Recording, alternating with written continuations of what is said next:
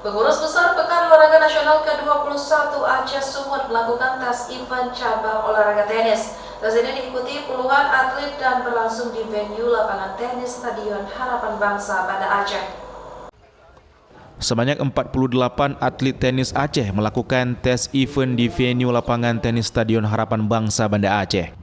Tes event ini sengaja dilaksanakan selama 3 hari guna memastikan semua aspek teknis dan infrastruktur siap digunakan sesuai dengan standar yang telah ditetapkan.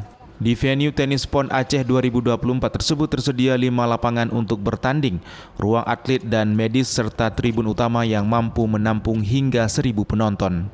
Sekretaris PLT Aceh, Teguh Taufan Maulana Pribadi menyebutkan, venue cabang olahraga tenis PON Aceh telah rampung hingga 98% dan siap digunakan pada pertandingan PON yang akan dibuka 8 September mendatang. Ini dengan dihadiri dan dilaksanakan dengan 48 pemain, di mana dari 48 pemain itu ada beberapa atlet-atlet nasional dan juga atlet lokal kita untuk bertanding, dan alhamdulillah semuanya bisa dilaksanakan dengan baik.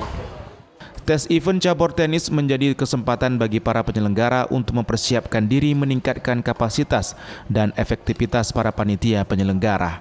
Dari Banda Aceh, Sukri Saripudin, iNews melaporkan.